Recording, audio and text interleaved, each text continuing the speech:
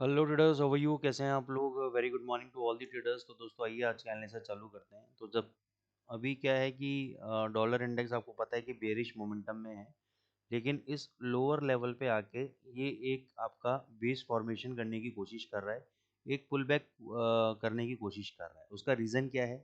Reason ये है कि पॉवेल साहब ने अभी देखो इंटरेस्ट रेट तो आपके रिड्यूस कर दिए हैं, ठीक है।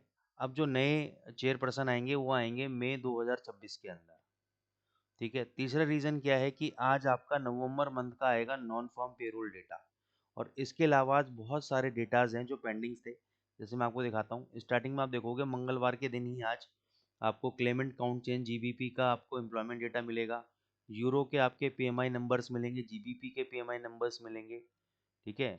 उसके बाद आपका एडीपी जो पुराना वाला है जो आपका नहीं हुआ था वो मिलेगा।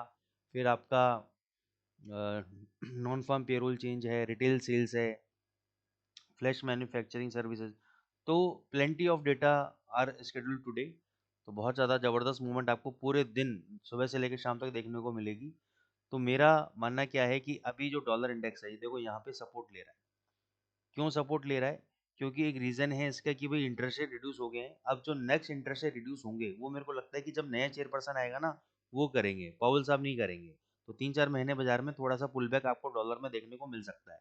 अब यहाँ पे क्या कहानी होगी कि अगर आज non farm payroll data weak आता है, एम्प्लॉयमेंट नंबर्स वीक आते हैं, तो डॉलर गिरेगा और ये 97.20 और 97 डॉलर या 96.40, ये जो रेंज दिख रही है ना आपको नीचे की तरफ, ये यहाँ तक मैं आज के दिन तो नहीं कह रहा एकदम आएगा, लेकिन एक बड़ा फॉल आपको देखने को मिल सकता है डॉलर इंडेक्स के अंदर डिपेंडिंग ऑन दी डेटा।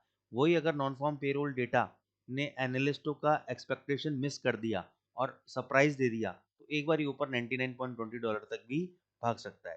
खैर एनी हाउ मैं आपको बताना चाहूंगा कि नीचे के लेवल पे अब ये यहाँ से थोड़ा सा रिवर्सल करेगा, 2-4 महीने के लिए पुल बैक दे सकता है।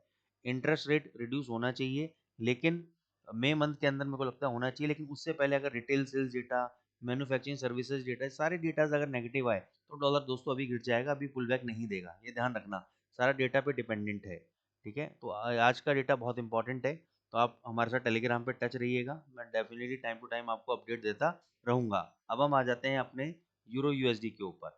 यूरो यूएसडी अपनी बढ़त बनाए हुए है और यूरो यूएसडी ऊपर के लेवल पे भी आपका सस्टेन कर रहा हुआ है। क्यों? क्योंकि डॉलर नीचे के लेवल पे सस्टेन करा हुआ है। हमने आपको शॉर्ट ट्रेड दिया हुआ था और कहा था कि इसके हाई के ऊपर अगर कैंडल क्लोज हो जाए और उसका 2 घंटे का हाई ब्रेक हो जाए तो आप बाय कर लेना। तो वो ट्रेड अभी भी चल रहा है। अभी देखो इसके हाई के ऊपर क्लोज नहीं हुआ, एग्जैक्टली जो इस कैंडल का हाई था, इस कैंडल का हाई कितना था?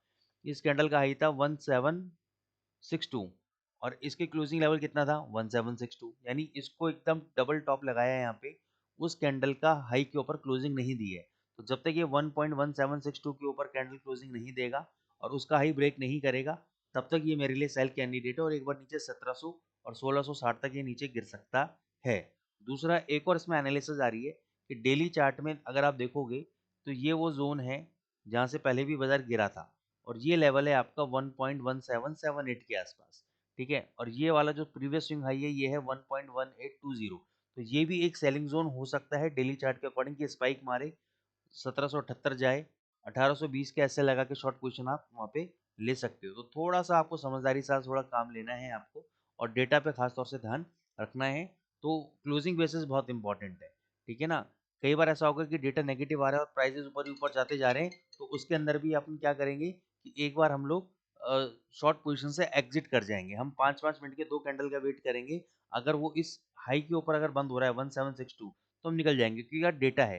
तो डेटा जब भी आता है तो एक 50-70 पिप का क्लोजिंग ऊपर दे सकता है, तो वहां पे क्लोजिंग पे हमें नुकसान हो सकता है। तो इसलिए आप क्या करना, 5-5 मिनट का ही आज रेफरेंस लेना, 2 घंटे कैंडल का रेफरेंस मत लेना, ठीक है। जीबीपी यूएसडी मेरे लिए शॉर्ट है। क्यों शॉर्ट है? मेरे को लगता है कि इस थर्सडे को जो आपकी मॉनेटरी पॉलिसी है उसके अंदर ये bank of England interest reduce करेगा, ठीक है। तो ये आपके एक ट्रेंड लाइन में ड्रॉ कर देता हूँ। इस ट्रेंड लाइन के नीचे अगर कोई भी 2 घंटे का कैंडल बंद होता है, उसके लो के नीचे आप शॉर्ट मारो, ये आपका नीचे गिर सकता है। यहाँ पे एक हेड एंड शोल्डर पैटर्न भी आपका बना रहा है, ठीक है। तो इसको आप शॉर्ट कैंडिडेट समझो, मेरे लिए शॉर्ट कैंडिडेट है।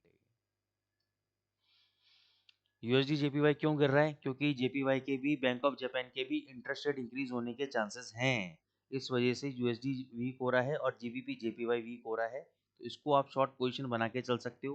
यहाँ पे एक राउंडिंग टॉप पैटर्न बना रहा है, उसका ब्रेकआउट दे दिया है, यहाँ पे शॉर्ट करो, पुल बैक आता है वहाँ पे शॉर्ट करो, ये वाले हाई का स्टॉप लॉस रखो, टारगेट आपके नीचे 205.40 के मिल सकते हैं। जबरदस्त अपॉर्चुनिटी है जीबीपी जेपीवाई में खास तौर से।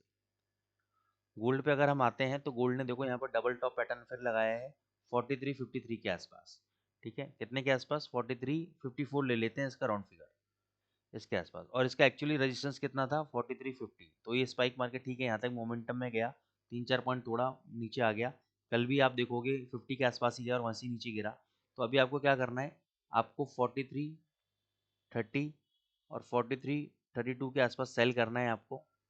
4354 का आपको स्टॉप लॉस रखना है। इसके ऊपर अगर 5-5 मिनट के 2 कैंडल बंद हो जाते हैं तो इसके हाई के ऊपर आप बाय कर सकते हो। नेक्स्ट टारगेट आपका 4380 और 4390 की तरफ जा सकता है। तो ये वो जोन है जहाँ पे आप शॉर्ट पोजीशन फिर बना सकते हो 4400 के स्टॉप लॉस के साथ। अगर 4400 के ऊपर 5-5 मिनट के 2 कैंडल बंद हो गए तो आपको लॉन्ग नहीं करना है, एग्जिट करना है। नहीं तो 4390 पे बेच के 4380 के आसपास, 75 के आसपास प्रॉफिट बुक कर सकते हो। तो दोनों ट्रेड हमारे सेल के ट्रेड हैं। अब आप कहते हो सर बाई का ट्रेड, बाई का ट्रेड मैं करने में इंटरेस्टेड हूँ 4230 के आसपास, 4230 के आसपास इंटरेस्टेड हूँ। 4210 पे पोजीशन को ऐड करूंगा, ठीक है। और 4185 का ये मेरा स्टॉप लॉस रहेगा। तो ये मेरा एक लॉन्ग ट्रेड रहेगा मेरा इस जोन के अंदर 4230 4210। तो जो भी इंटरेस्टेड हो इस जोन के अंदर बाइंग कर सकते हैं। बीटीसी यूएसडीटी के अंदर मैंने आपको ऑलरेडी बोला था कि बाय सेल दोनों चल रहा है। तो अभी देखो कितना अच्छा गिर गया, सेल ट्रेड चल रहा है, बाय ट्रेड अभी भी रनिंग में है, सेल ट्रेड भी रनिंग में है। सेल ट्रेड का टारगेट था 84,500। तो अभी प्रॉफिट अच्छा खासा आ रहा है, आप चाहो तो बुक कर सकते हो, नहीं तो होल्ड करो, ठीक है ना, क्योंकि ये नीचे 70,000 तक आ सकता है, गिर सकता है। ठीक है, तो मेरे लिए तो ये शॉर्ट कैंडिडेट है। लेकिन एक बार मेरे को लगता है कि शायद ये 1,03,000 चला जाए, लेकिन अभी चांसेस क्यों नहीं लग रहे? जब तक इसका हाई ब्रेक नहीं करेगा ना ये 94,500 का, यहाँ पे मैं आपको बताऊं 94,500 के ऊपर क्लोजिंग आना बहुत जरूरी है। तो तब तक ये मेरे लिए सेल कैंडिडेट है और नीचे 70,000 तक ये गिर सकता है। तो लॉन्ग पोजीशन का अगर स्टॉप लॉस 80,000 कटता है तो आप शॉर्ट पोजीशन मत काटना, शॉर्ट पोजीशन कैरी फॉरवर्ड करना। ये आपको नीचे जो इस बाई ट्रेड में नुकसान होगा वो आपको सेल ट्रेड में प्रॉफिटेबिलिटी मिल जाएगी। ठीक है, अगर आप ऊपर आता है थोड़ा सा तो आप फिर शॉर्ट पोजीशन और इंक्रीज कर सकते हो 94,500 के स्टॉप लॉस के साथ। थोड़ी क्वांटिटी इंक्रीज कर लेना सेल साइड में। सो आई होप दोस्तों आपको आज का कॉन्सेप्ट अच्छा लगा होगा। चैनल को लाइक करें, सब्सक्राइब करें। Thank you so much.